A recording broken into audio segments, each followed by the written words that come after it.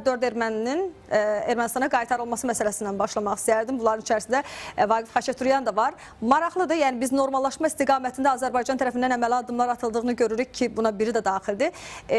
Bu addıma gedilməsi sizcə yəni pərdə arxasında müəyyən bir razılıq varmı? Əvvəla onu qeyd edeyim ki, dövlət və vətəndaş hissələr arasında çox böyük fərqlər olur. Dövlət daha uzun müddətli və strateji, vətəndaş isə biraz emosional qaydada düşünür bu məsələləri. Və 4 erməninin təhvil verilməsi 8 avqust 2025-ci ildə Amerika Birləşmiş Ştatlarında sülh müqaviləsinin paraflanmasından sonra tərəflərin Cənubi Qafqazda sülh və barışın əldə olunması istiqamətində qarşılıqlı əməkdaşlığın və etimadın yaradılması istiqamətində atılan addımlardan biridir. Təbii ki, özəlliklə Vaqif Xaçaturyanın Meşəli soyqırımında iştirak edən bir şəxs kimi geri verilməsini Azərbaycanı sevən hər bir kəs, o cümlədən elə bunu təhvil verməyə gedən hökumət nümayəndələri də ürəkdən istəmir. Lakin istəmək bir başqa bir şeydir, reallıqlar bir başqa bir şeydir. Amerika Birləşmiş Ştatları yeni layihənin açılışı ilə bağlı bir proqram təklif edir. Təbii ki, o proqramın yanında bir də bu tipli məsələlər müzakirə olunur. Niyə müzakirə olunur, niyə verilir? Ermənistanda proseslər revanşistlərin əlinə keçməsin və Ermənistanda proseslər başlanılan şəxs tərəfindən də davam etdirilsin. Onun da əli orada möhkəmləndirilməlidir. Və möhkəmləndirilmə istiqamətində də təbii bu tipli addımlar olacaq. Və nə üçün istifadə edirik bunu? Dövlət mövqelərinin və mənafilərinin möhkəmləndirilməsi üçün.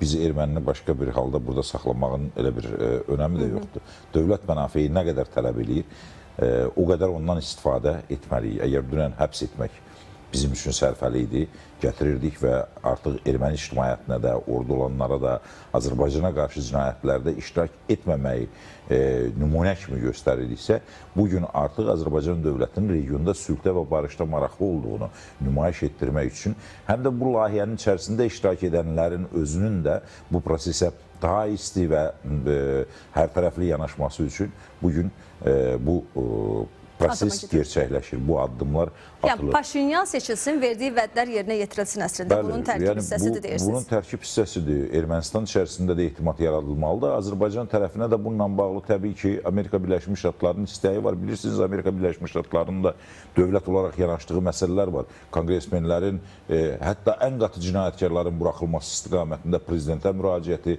danışıqlar prosesində müraciəti, bu istiqamətdə imzaların toplanılması, diaspora məsələləri və s. Bütün bunların hamısı masada olur və Amerika Birləşmiş Ştatları da bunun hamısını icra edə bilməsə də bəlli bir proqramı icra etməyə çalışır. Bunun içərisindən ən az ehtimal olunan variantlar nədirsə onları götürə bilir və Azərbaycan tərəfi də bunları yerinə yetirir. Gəlin, etiraf edək ki, yenə deyirəm, bu cinayətkarların burada qalıb 15 il, 20 il, 18 il, 30 il həbsdə qalması Azərbaycan dövlətinə bugün onların dəyişdirilməsi qədər xeyir verməyəcək.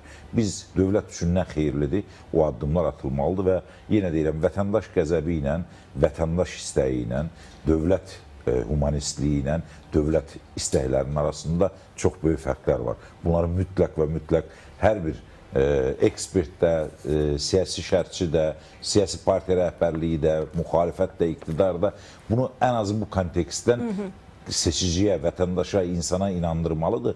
Çünki bizim Azərbaycan vətəndaşının 30-40 ildə və tarix boyda ermənidən gördüyü zülüm müqabilində bu biraz qəzəb doğura bilər. Amma burada qəzəblənməli şəxsi hisslərimizi boğa bilərək qəzəblənməyəcəyimiz, amma dövlətin maraqlarını müdafiə edəcəyimiz çox maraqlar var. Buna görə də tam bunu təbii qəbul etmək lazımdır.